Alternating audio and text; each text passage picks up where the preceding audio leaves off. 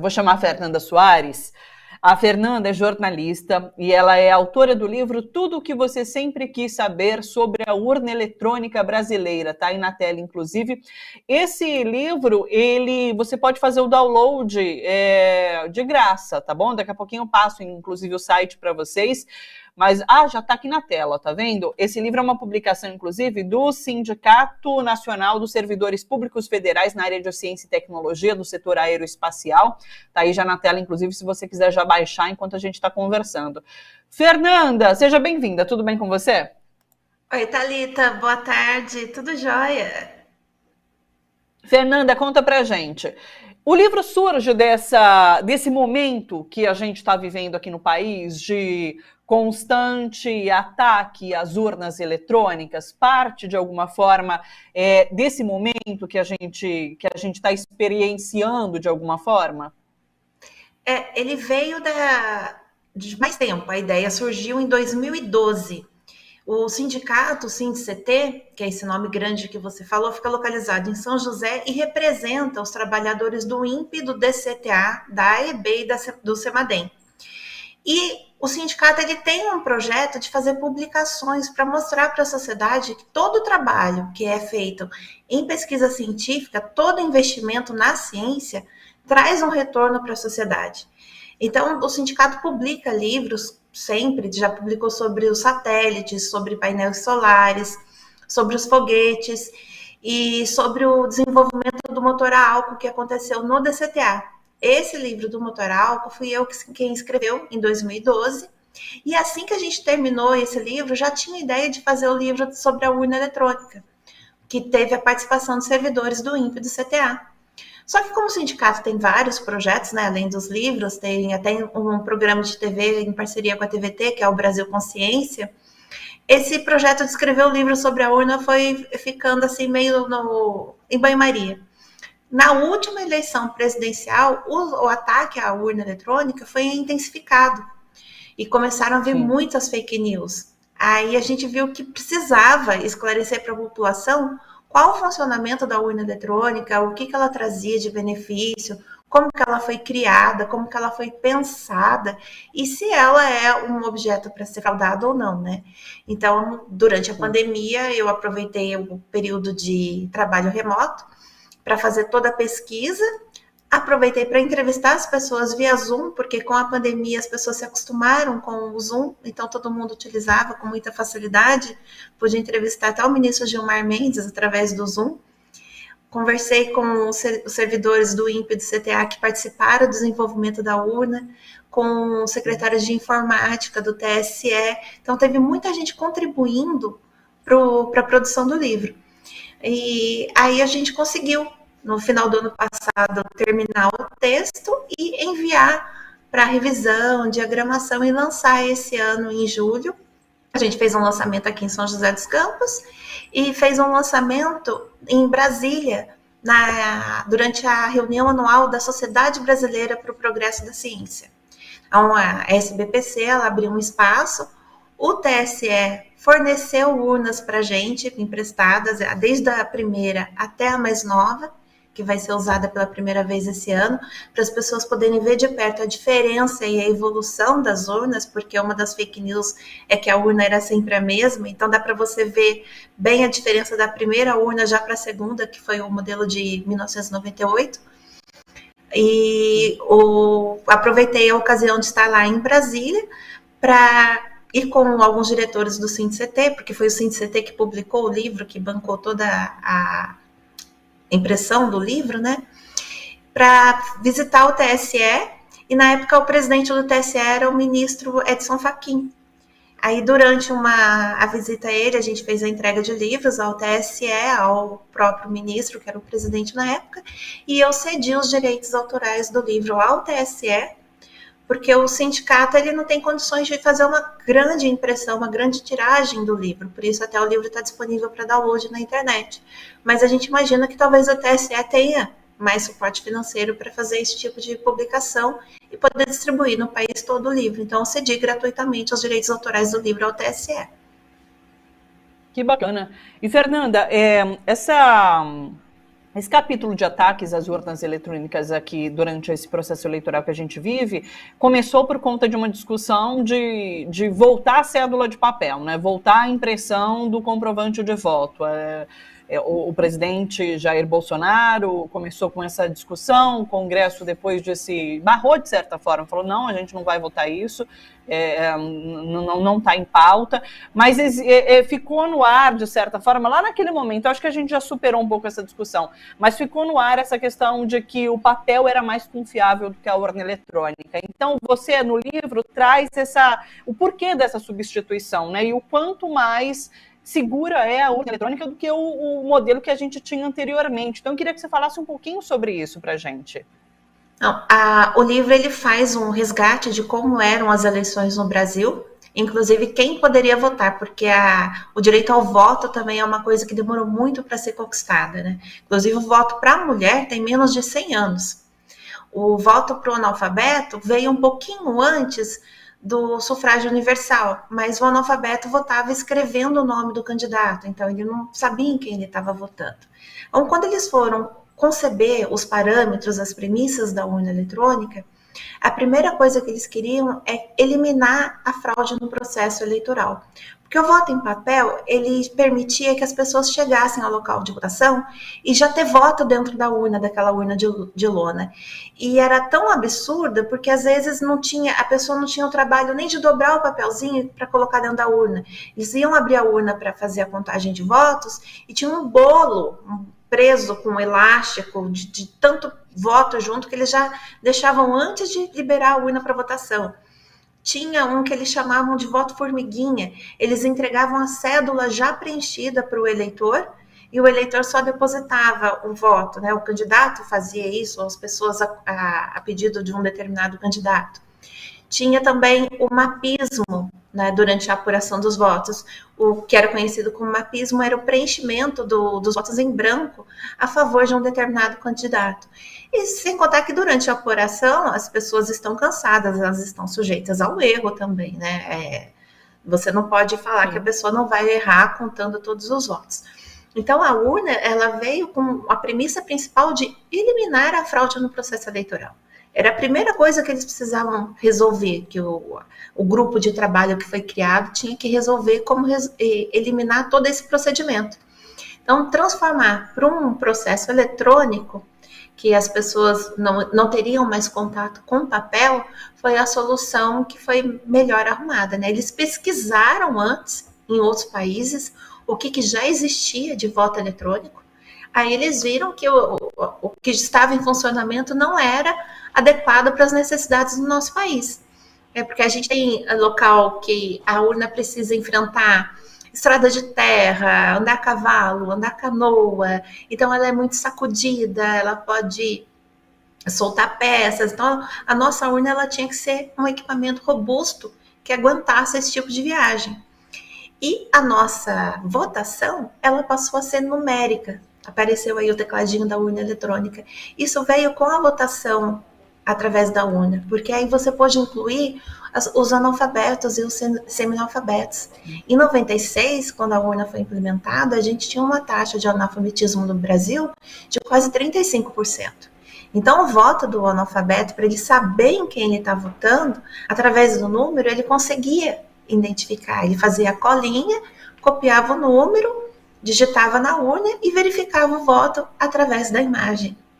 Então, ela trouxe a inclusão de um grupo muito grande. E quanto mais representantes, maior o número de gente votando, mais correta é a representação da vontade do povo, né? Então, você precisava incluir pessoas e não excluir, como o voto em cédula de papel fazia. Fernanda, você citou na sua fala anterior um novo modelo que vai ser usado nessa eleição desse ano, né? Tem alguma modificação considerável em relação ao modelo antigo? Não, a urna eletrônica ela muda toda vez que tem um modelo. Ela foi projetada para durar 10 anos. Mas toda vez que tem um novo investimento em tecnologia, surge alguma tecnologia nova, ela evolui. Assim como evolui celular, evolui televisão, todo aparelho eletrônico evolui, a urna acompanha toda essa evolução, tanto na parte de hardware, quanto na parte de software, né? Toda vez que tem qualquer melhoria, os técnicos do TSE implementam as melhorias. Então, a parte visível para o eleitor é que a urna ela vai ter a tela em cima do teclado, que hoje é lá do lado. Isso vai ajudar ao eleitor, enquanto digita o voto, já visualizar o voto na tela ao mesmo tempo. E ela vai ter um atraso para liberar a opção de confirmar. Então, vai aparecer o voto, o nome do candidato, só depois de 3 segundos o botão confirma vai estar ativo. Então, para ter certeza que a pessoa olhou o voto, que é aquele voto mesmo que ela quer, não correr o risco da pessoa digitar e apertar rápido o confirma. Então, essas são as 2 principais mudanças que o eleitor pode ver, assim, detectar assim que chegar na urna. Só que ela não vai estar em todas as sessões. O Brasil utiliza cerca de 550 mil urnas eletrônicas e foram produzidas esse modelo novo 170 mil.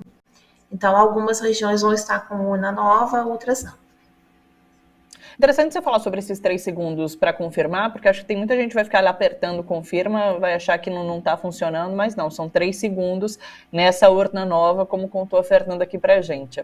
E tem uma questão, daí eu queria trazer para a gente já encerrando, que é essa notícia veiculada em relação aos militares, né? Ontem, que o TSE veio a público, inclusive, desmentir. Os militares disseram que iam conseguir fazer tinham acertado um acordo, inclusive, com o TSE, de fazer uma checagem paralela do resultado das urnas. Eles apurariam ali 380 urnas e fariam essa checagem paralela. Daí o TSE disse que não é bem assim, que, na verdade, eles vão ter acesso a um boletim de urna que qualquer pessoa, na verdade, pode acessar, inclusive, né?